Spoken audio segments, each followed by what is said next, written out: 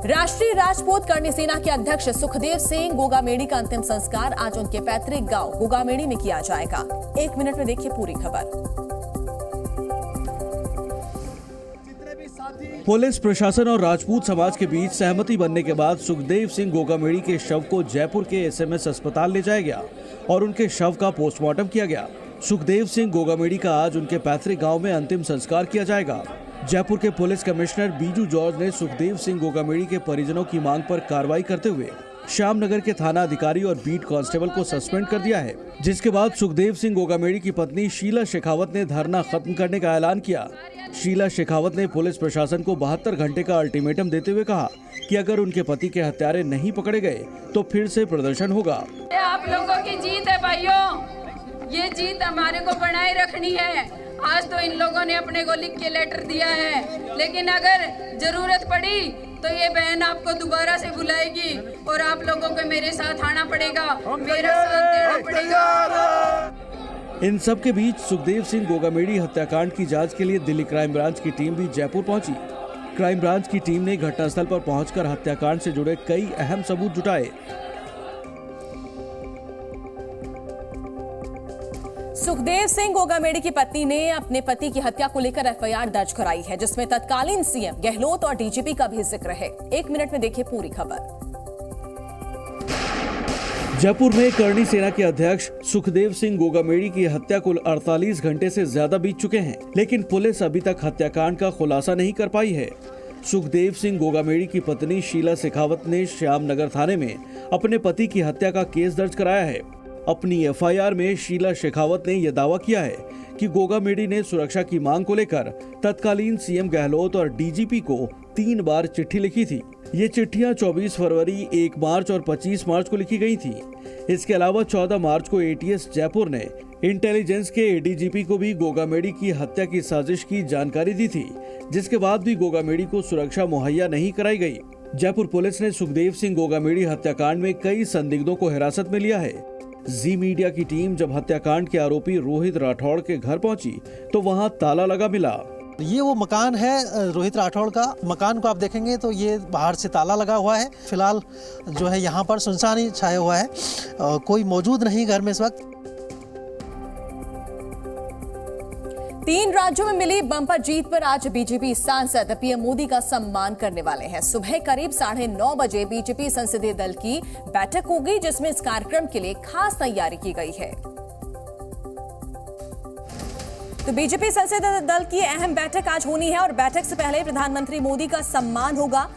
मोदी मोदी के नारे लगाए जाएंगे। 3 राज्यों में मिली जीत पर पीएम का सम्मान होगा। बैठक में 3 राज्यों के सीएम पर चर्चा भी होगी, क्योंकि अभी तक मुख्यमंत्री के नाम को लेकर जो है सस्पेंस बरकरार है।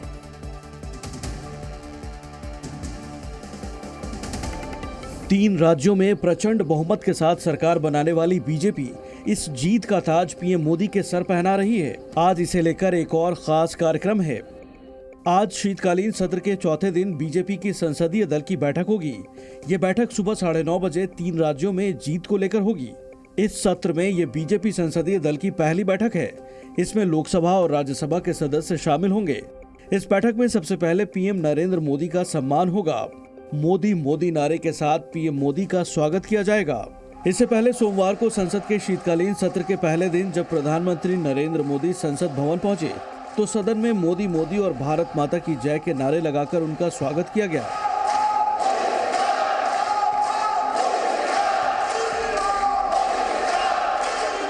बीजेपी के सांसदों ने करीब 3 मिनट तक ताली बजाकर पीएम मोदी का अभिवादन किया।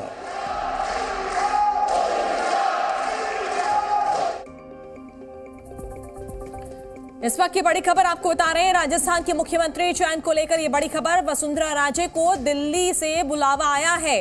पूर्व मुख्यमंत्री राजे को बीजेपी की केंद्रीय नेतृत्व ने बुलाया है। वसुंधरा राजे दिल्ली पहुंच चुकी हैं। देर रात वो दिल्ली आई। देर रात इंडिगो की फ्लाइट से वो दिल्ली पहुंची तो एयरपोर्ट पर उन्होंने मीडिया से बात तक नहीं की। जिस तरह से राजस्थान में मुख्यमंत्री पद को लेकर देखिए अभी तक जो है पर्दा नहीं उठा है। एयरपोर्ट पर मीडिया से बात नहीं की वसुंधरा राजे ने और देखिए आज केंद्रीय नेतृत्व से उनकी मुलाकात हो सकती है।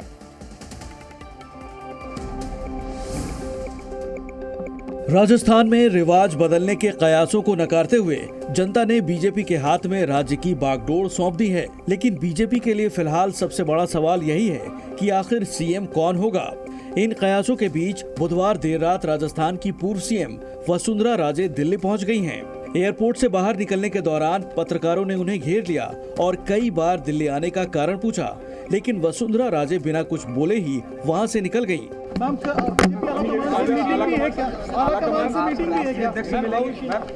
एयरपोर्ट के बाद जब वो अपने घर पहुंची तो वहां भी पत्रकारों ने उनसे बात करने की कोशिश की। आपको बता दें कि 4 दिसंबर को करीब 25 नवनिर्वाचित विधायकों ने वसुंधरा राजे से मुलाकात की थी। इस मुलाकात को शक्ति प्रदर्शन के रूप में भी देखा जा रहा है।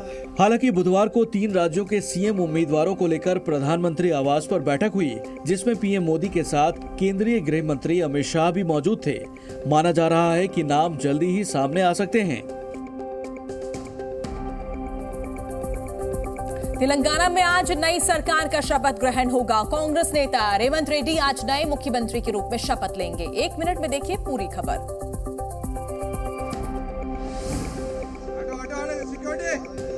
हैदराबाद के लाल बहादुर शास्त्री स्टेडियम में दोपहर करीब 1 बजे नई सरकार का शपथ ग्रहण समारोह होगा, जिसमें तेलंगाना की राज्यपाल तमिलिसाई सुंदरराजन कांग्रेस विधायक दल के नेता अनुमुला रेवंत रेड्डी को सीएम पद और गोपनीयता की शपथ दिलाएंगी। 2014 में तेलंगाना के अलग गठन के बाद रेवंत रेड्डी कांग्रेस के पहले और तेलंगाना के दूसरे मुख्यमंत्री होंगे। अनुमुला रेवंत रेड्डी के शपथ ग्रहण समारोह के लिए पूर्व सीएम के चंद्रशेखर राव समेत कई बड़े नेताओं को न्योता दिया गया है। हालांकि बताया जा रहा है कि केसीआर अनुमुला रेवंत रेड्डी के शपथ ग्रहण समारोह में शामिल नहीं होंगे। शपथ ग्रहण से पहले रेवंत रेड्डी दिल्ली पहुंचे और कांग्रेस अध्यक्ष मल्लिकार्जुन खड़गे, सोनिया गांधी, राहुल गांधी समेत पार्टी के बड़े नेताओं से मुलाकात की।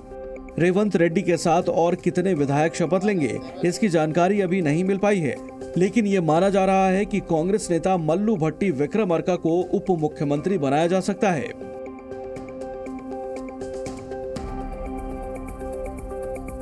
बुधवार को विपक्ष के गठबंधन यानी INDIA की बैठक हुई। कांग्रेस अध्यक्ष खड़गे के आवास पर हुई इस बैठक में SP, JDU और आम आदमी पार्टी समेत 17 दलों के नेता शामिल हुए।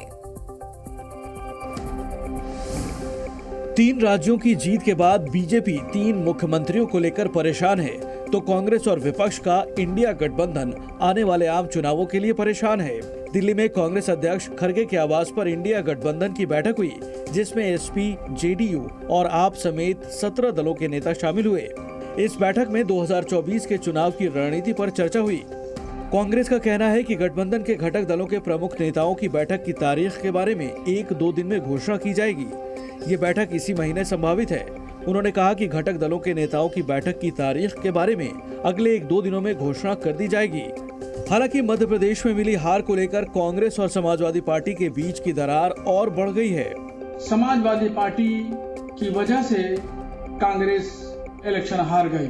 समाजवादी पार्टी के कैंडिडेट उन्होंने हर मुस्लिम बहुल इलाकों में उतार दिए, इसलिए जितना वोट समाजवादी पार्टी के उम्मीदवारों को मिला उससे बहुत कम वोटों में कांग्रेस के प्रत्याशी हार गए। देश में केंद्र सरकार की योजनाओं का लाभ पहुंचाने के लिए विकसित भारत संकल्प यात्रा जारी है। देश के अलग अलग हिस्सों से यात्राएं निकाली जा रही है।